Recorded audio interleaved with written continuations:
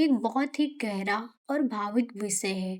गांवों की वो शांति, शहरों की भागदौड़ और फिर नियति का चक्र, ये सब एक महाकाव्य की तरह है। वो दौर और था जब सुख का मतलब बैंक बैलेंस नहीं, बल्कि नीम के नीचे बैठकर अपनों से की गई चार बातें हुआ करती थी।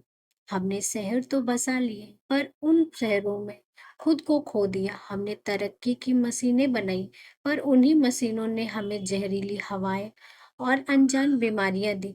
जब दुनिया थमी तो याद आई वो मिट्टी जहां से हम शुरू हुए थे। कोरोना ने सिखाया कि अंत में सिर्फ मिट्टी और मेहनत ही साथ देती है। नमस्ते दोस्तों, मैं हूं दिव्या सिंह और स्वागत करती हूं आपका आपके अपने चैनल बिलीव इन गॉड 1-2 पर। अक्सर हम तरक्की के दौड़ में इतने अंधे हो जाते हैं कि उस मिट्टी को भूल जाते हैं जिसने हमें चलना सिखाया। आज मैं आपके लिए लेकर आई हूं एक ऐसी कहानी जो महज एक कहानी नहीं बल्कि एक कड़वा सच है। ये कहानी है माधव की, एक ऐसा नौजवान जो गांव की सादगी छोड़कर शहर की ऊंची इमारतों में अपनी किस्मत लिखने निकला था। उसे लगा शहर उसे अमीर बना देगा, और शहर ने उसे पैसा दिया भी, पर बदले में उसकी रूह की शांति छीन ली। जब शहर की हवाओं में जहर घुला और मौत ने दरवाजे पर दस्तक दी, तब समझ आया कि इंसान चाहे कितने ही शीश महल क्यों न बना ले, कुदरत और ईश्वर के आगे उसकी हर दौलत छोटी है। जब अस्पतालों के बाहर मौत का सन्नाटा था और लोग सांसों के लिए तरस रहे थे, तब माधव को याद आई अपने गांव की वो मिट्टी और समय की देहली देहली वाली वो हवेली। क्या था उस गांव की हवा में जादू? क्यों शहर को शमशान बनाने वाली बीमारी गांव की सरहद पर अक्सर दम तोड़ गई? क्या ये सिर्फ नीम के पेड़ का असर था, या उस परम पिता परमेश्वर का आशीर्वाद? आज की ये वीडियो आपको सोचने पर मजबूर कर देगी कि असली सुकून कहाँ है। अगर आप भी मानते हैं कि ईश्वर की मर्जी के बिना पत्ता भी नहीं हिलता, तो इस वीडियो को अंत तक जरूर देखिएगा। चलिए शुरू करते हैं माधव का ये भावुक सफर, सिर्फ बिलीव इन गॉड 1-2 पर। कहानी शुरू होती है एक छोटे से गांव रामपुर से, जहां बिजली नहीं थी लेकिन दिलों में उजाला था।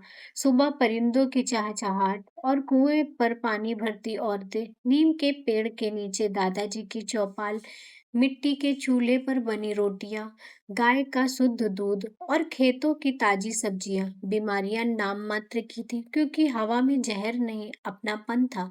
सुख पैसे से नहीं, बल्कि त्योहारों पर पूरे परिवार और पूरे गांव के साथ नाचने गाने में था। वक्त बदला और नई पीढ़ी की आंखों में शहर के सपने तैरने लगे। रामपुर गांव का वो पुराना बरगद आज भी वही खड़ा है, लेकिन उसकी कहानियां धुंधली पड़ गई है। मुख्य पात्र माधव अपने बचपन को याद करता है। गांव में घड़ी की जरूरत नहीं थी, सूरज की पहली किरण अलार्म थी और बैलों के गले की घंटी संगीत। शाम को जब चूल्हा जलता तो उनकी महक पूरे मोहल्ले को बता देती थी कि किसके घर में आज क्या बना है। माधव के पिता अक्सर कहते थे, बेटा इस मिट्टी में सोना उगता है, बस पसीना बहाना आना चाहिए। लोग बीमार पड़ते थे तो नीम का काढ़ा पीते थे और अगले दिन फिर काम पर। हकीम जी कहते थे, हवा साफ है तो फेफड़े कभी दगा नहीं देंगे। जैसे जैसे माधव बड़ा हुआ, शहर की ऊंची इमारतों और पैसों की खनक ने उसे लुभाना शुरू किया। उसे गांव पिछड़ा लगने लगा। रामपुर गांव के बाहर एक पुरानी हवेली थी, जिसे लोग समय की देली कहते थे। गांव के बुजुर्ग कहते थे कि जिस दिन इस गांव की मिट्टी का अपमान होगा, उस दिन हवाएं अपना रुख बदल लेंगी। माधव को ये सब अंधविश्वास लगता था। वो गांव की शांति से ऊब चुका था। उसे लगता था कि इस शांति के पीछे कोई राज नहीं, बल्कि पिछड़ापन है। लेकिन उसे नहीं पता था कि वो शांति असल में एक सुरक्षा कवच थी। माधव शहर पहुंचा। शहर की रातें कभी सोती नहीं थी। उसे एक ऐसी फैक्ट्री में नौकरी मिली जहां अमृत बनाने का दावा किया जाता था, लेकिन उस फैक्ट्री की दीवारें से अजीब सी गंध आती थी। माधव ने गौर किया कि वहां काम करने वाले लोग कभी हंसते नहीं थे, उनकी आंखें पथरीली हुई थी। शहर उसे अमीर बना रहा था, लेकिन अंदर ही अंदर कुछ मर रहा था। अचानक एक रात शहर में आसमान का रंग लाल हो गया। वो कोई रंग नहीं, ना ही कोई त्योहार था, बल्कि मौत का दस्तक था। तारीख याद नहीं, पर वो सन्नाटा खौफनाक था। अचानक सायरन बजने लगे, लोग सड़क पर गिरे पड़े थे, लेकिन उसके शरीर पर कोई घाव नहीं था। जहरीली गैस ने अदृश्य कातिल की तरह शहर को घेर लिया था।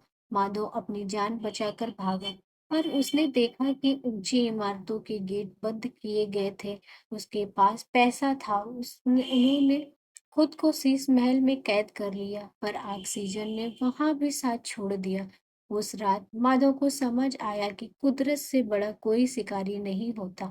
सालों बाद जब लगा कि सब ठीक हो गया है, एक नया खौफ लौटा। एक ऐसी बीमारी जिसे कोई देख नहीं सकता था। शहर की वो भीड़ जो कभी ताकत लगती थी, अब दुश्मन बन गई।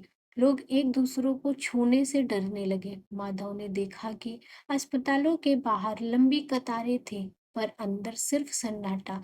तभी उसे एक रात सपने में वही समय की दिल्ली वाली हवेली दिखी और अपने गांव की मिट्टी की महक आई, जैसे कोई उसे पुकार रहा हो। माधव हजारों मील पैदल चला। रास्ते में उसने देखा कि जो लोग शहर की गाड़ियों पर गुमान करते थे, वे आज नंगे पांव धूल फाक रहे थे। जब वो गांव की सीमा पर पहुंचा तो उसे लगा कि उसे रोक दिया जाएगा, लेकिन नहीं। गांव के उस पुराने बरगद ने अपनी बाहें फैला रखी थी। हैरानी की बात यह थी कि जिस बीमारी ने शहरों को शमशान बना दिया था, वो गांव की सरहद पर आकर दम तोड़ रही थी। क्या वो नीम के पेड़ का जादू था या ईश्वर का आशीर्वाद?